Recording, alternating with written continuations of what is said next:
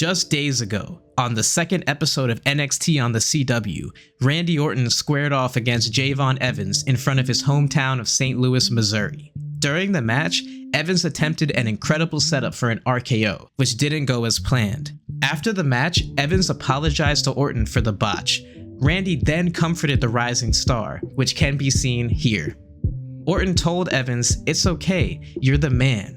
This is an example of the mature locker room leader we see nowadays. Unfortunately for Kofi Kingston in 2010, things went a little differently. We've all seen and heard about the infamous stupid moment between Kofi and Randy. This was the moment that Kofi Kingston's huge push ended. The RKO connects! Kofi Kingston jaw and face planted in the center of the ring! As you can see, Orton was irate at Kofi over the botched finish. Kofi was supposed to stir on the mat and get into position for Orton's patented punt kick. Instead, Kofi got up, which led to Randy pushing him back down and then eventually hitting the RKO.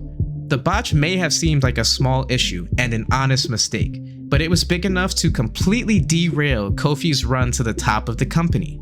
If you believe everything you see on the internet, Kofi was poised for a huge push in early 2010.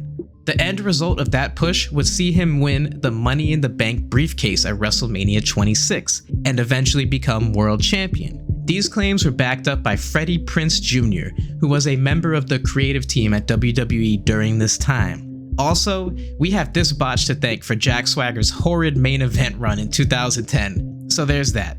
Kofi's booking at the time is indicative of a major push, and his demotion to the undercard after this ugly run-in with Orton is proof that something happened there between the two. Eventually, it all worked out the way it was meant to be, as Kofi found success with the New Day, beginning in 2014, and he hasn't looked back since. His success with the New Day culminated in Kofi winning the WWE Championship from Daniel Bryan at WrestleMania 35. Kofi's WWE title reign then reignited a personal beef between two of WWE's biggest stars when Kofi challenged Orton at SummerSlam 2019. Today, I present to you Stupid, the Randy Orton and Kofi Kingston story, where I will revisit the controversy from 15 years ago between the two and their epic rivalry a decade later. Kofi Kingston signed a developmental deal with WWE in 2006 after graduating from Boston College. He was called up to the ECW brand in 2008, making his debut on January 22, 2008. He was undefeated for a short time, but then he lost to Shelton Benjamin. Kingston portrayed a Jamaican character, talking in a Jamaican accent and everything. Some of his early vignettes, they were so cheesy that they were funny. They felt like something out of the 80s WWF. Kingston was quickly traded to Raw in June of that year, where he operated mostly out of the mid-card, and in his first match on Raw, won the Intercontinental Championship from Chris Jericho.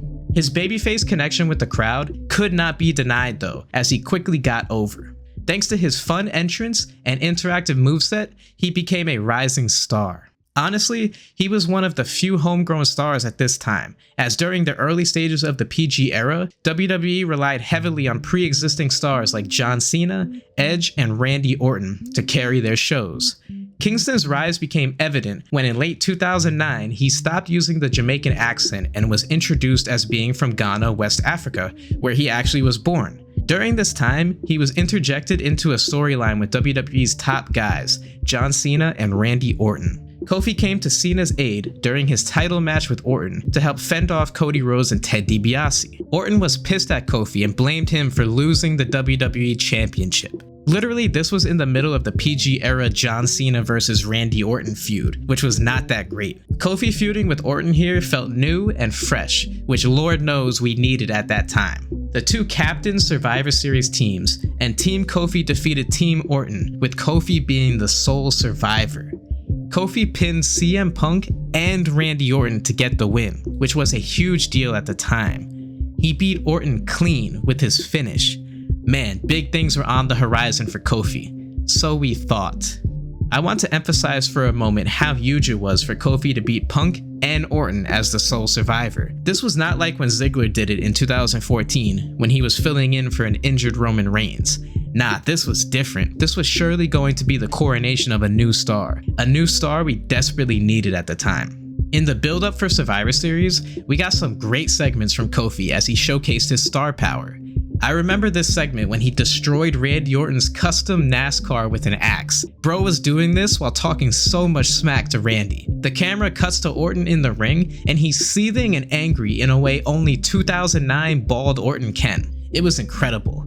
What followed this segment was arguably Kofi's highlight of his entire career up until winning the WWE title. On the November 16, 2009 episode of Raw, Roddy Piper made an appearance, like he occasionally did throughout the 2000s. Now, Randy was far removed from his legend killer character, but he brought it back for this one night when he came to the ring to terrorize Piper. This is classic wrestling. The bald psychopath is about to kill an old man when Kofi, the babyface's music hits. One of the silliest things about wrestling to me is how wrestlers stop whatever they're doing when they hear entrance music. Like, how is music stopping you from beating someone's ass? I don't know, it's so funny to me. Kofi runs out, a brawl with Randy ensues, and then magic is made. I'm telling you, for me as a young teenager watching at the time, this was one of my favorite Raw moments. Kofi and Randy brawl to the outside. Kofi lays out Orton with a weapon and sets him up on the table. Kofi then climbs on the guardrail and does a boom drop onto Orton through the table. This moment was incredible. The crowd went crazy, and it took place at Madison Square Garden, the Mecca, the most famous arena.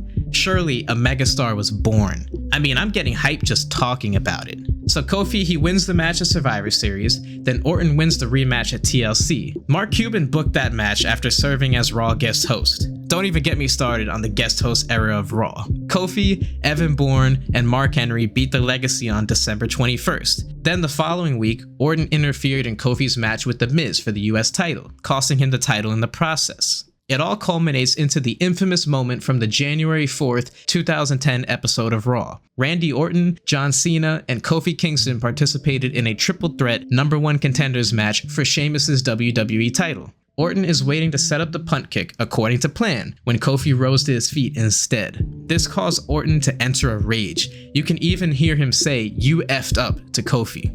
He starts banging aggressively on the mat for his RKO, more aggressive than usual at this time. He then gives Kofi a stiff RKO, continuing to shout stupid even after the bell rung. The whole thing just felt weird when you watched it all play out. And just like that, Kofi's push to the top was over. Him being penciled in to win the Money in the Bank contract was also gone too. Though this has never been confirmed, it was just reported and rumored that Kofi would win the briefcase.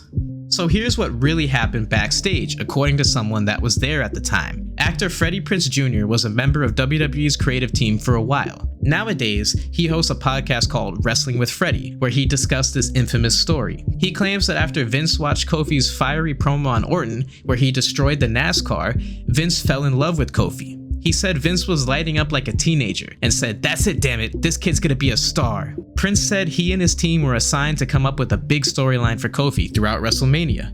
He mentioned something about Kofi winning a title for the first time as the end result of the story, which I assume he meant the Money in the Bank, or even the WWE Championship, since Kofi had won the US and Intercontinental Championships already by that point. Prince was talking about the gauntlet match that Kofi won to get his title shot at WrestleMania 35, and he noted how that was a similar story to the one he and his team came up with for Kofi leading into WrestleMania 26. Prince claimed that after the big botch with Orton, the storyline, which was approved by Stephanie McMahon, was thrown out the window. Allegedly, Orton complained directly to Vince after the botch move, which led to Vince feeling like Kofi wasn't ready for the main event picture. Prince mentioned how he went back and forth with Vince for a few minutes while attempting to stick up for Kofi, but it fell on deaf ears. Vince had already made up his mind and decided that Kofi was not fit to perform at the highest level. That's it. That was the end of Kofi being a top star, and there was nothing Prince or anybody could do about it. Business continued as usual, and Kofi was sent to flounder around the lower mid-card until forming the New Day in 2014. Now, there is a few different angles to analyze this situation from. For one, this was the era of WWE where once two wrestlers feuded, they fought each other a lot, in a short amount of time. Some fans felt Kofi's momentum was killed after Orton beat him in a one-on-one match on Raw the week prior to the stupid incident. It's certainly possible that just as quickly as Kofi enamored Vince, he fell out of good graces equally as fast. Vince apparently loved that promo by Kofi on Raw when he destroyed the NASCAR. but I don't think he looked at Kofi from day one as someone who would be a huge star. However, that was the case with Randy Orton. Vince saw Orton as a star the moment he walked through the doors in developmental. On the contrary, Kofi was seen as a good hand and somebody to bolster the undercard. So since Vince wasn't that high on Kofi from the beginning, it makes sense why a botch move like this would be all it takes for him to fall out of good graces. I know a lot of wrestling fans like to romanticize this moment and villainize Orton for his role. While Orton did act unprofessional, no one's arguing that here. It is ultimately Vince's decision who he pushes at the end of the day. This story is so reminiscent to the Shawn Michaels and Vader incident. Shawn yelled at Vader to move when he botched a spot, then shoot kicked him in the face. Shawn was unprofessional there, but still, the incident got Vader's big main event push killed. It is easy to see how Kofi could have been a huge star, since he had a ton of momentum like I noted. But under the Vince McMahon regime, momentum and star power meant nothing if Vince didn't believe in you. Kofi should have been a bigger star than he was, as he was fresh and exciting, but it didn't work out that way for all the reasons I mentioned above. Is Orton to blame entirely for Kofi not making it as a huge star? Perhaps that is the case, but we don't know how Kofi would have fared after his feud with Orton ended. Let's say things do go well, and Kofi goes on to win the Money in the Bank in 2010. Who's to say that his reign on top would have been better than Jack Swagger's? For all we know, Kofi could have been worse than Swagger was as the world champion. Maybe Kofi would have been given the Miz's spot. The Miz spent a good amount of time as WWE champion from late 2010 to early 2011. But Miz was basically a placeholder for The Rock and John Cena's feud. Look where Miz ended up, right back in the undercard after his short title reign. So yeah, Kofi had potential and was a ton of fun to watch during the time, but I don't know if it's entirely fair to blame it all on Orton. Eventually, talent will rise to the top if that's where they are meant to be, and for Kofi, that was the case. He did go on to flounder in the undercard, and he won some of WWE's secondary titles, but they didn't really mean too much at the time. But he always maintained a level of relevancy. That all changed when in 2014, he formed a little group with Big E and Xavier Woods, known as the New Day. Together, the trio became one of the most over acts of the 2010s in WWE. Their star power was undeniable, as they became a merchandising machine, selling everything from unicorn horns to cereal boxes. I have to commemorate Kofi for overcoming this hardship that was brought on by Orton's unprofessionalism. He could have easily given up and thought his only chance to make it as a star was gone. He could have wallowed in his sorrow and said woe is me, like we have seen numerous wrestlers do throughout the years, Shane Douglas being one for example. He still blames Shawn Michaels for holding him down as the reason he didn't become a bigger star. At the end of the day, bro, you're responsible for your own success. Kofi's perseverance and loyalty to WWE was rewarded with the biggest opportunity of his career when he won the WWE Championship at WrestleMania 35 from Daniel Bryan. Kofi became the first African-born WWE champion. He single-handedly broke so many barriers for people and children all around the world that look like him. We were blessed with the touching moment of WWE legends MVP and the late Shad Gaspard watching Kofi's triumph with tears in their eyes. It was a legendary and star-making performance for Kofi, while being arguably the best match and moment on that year's WrestleMania. It was only right that Randy Orton was one of the guys standing in Kofi's way on his road to WrestleMania. The way we got to Kofi vs. Bryan can be seen as fluky to some, thanks to a rumor that Mustafa Ali was supposed to win the WWE title from Daniel Bryan in early 2019. We don't know for sure if this was the plan, but we do know that Ali was scheduled to have a great showing at the Elimination Chamber. Due to injury, Ali was not able to perform at the show, so Kofi got the nod in his place. After a hell of a performance from Kofi, the crowd got behind him in a major way, forcing Vince's hand. McMahon was reluctant to give Kofi the opportunity at WrestleMania 35, in storyline, and perhaps even behind the scenes. As we have seen several times, WWE's best storylines are often ones which blur the lines of reality and fiction. This was no exception, as Kofi was held down on screen by McMahon and forced to deal with ridiculous stipulations to earn his title match. This included a 5-match gauntlet, with Randy Orton being Kofi's last opponent. Kofi shocked the world, beating Orton, the man who once held him back in real life, to earn his title shot at WrestleMania, only for Mr. McMahon to move the goalpost. McMahon made another match for Kofi, and it was with none other than the WWE champion, Daniel Bryan. Kofi was defeated by Bryan, and his dreams were shattered. After contemplating quitting WWE, the New Day negotiated with Mr. McMahon and were given one final chance, another gauntlet match. This time, it was a tag team gauntlet. Woods and Big E won the gauntlet to send Kofi to WrestleMania. It was an awesome feel-good moment, which then led to Kofi winning the title. A truly great moment. Ironically, we don't get a lot of these as wrestling fans. Mr. McMahon was as diabolical as ever during this story. He pulled Kofi from the WWE title match at Fastlane and replaced him with Kevin Owens because Owens was more qualified. WWE did everything possible to make Kofi's eventual triumph that much sweeter. Fast forward to July, we're about 4 months into Kofi's title reign, and so far, he had been a decent champion. Nothing too great and nothing horrible. For what it's worth, Kofi was a hell of a lot better than the man's man Seth Rollins as one of the top champions in WWE at the time. He defended the title against Kevin Owens, Dolph Ziggler, and Samoa Joe throughout the summer, but on the road to SummerSlam is when business picked up, as they say. It all began on the July 23rd episode of SmackDown, when Kofi challenged Orton to a match at SummerSlam. Those who knew about their history were excited for this storyline. Now, late 2010's Orton was pretty boring, as myself and most wrestling fans that I knew were not interested in him. But that didn't matter. We knew we were in for something good from Orton. It's pretty safe to say that this was the best Orton had been in a while. We all know a motivated Randy Orton is the best version of Randy Orton. Here, he had a storyline to sink his teeth into. Their promo when Kofi challenged Orton felt real. Orton flat out said that he held Kofi back. Now, I know the two probably made up a long time ago, and there was no real hatred between them anymore. Even still, I enjoyed this feud.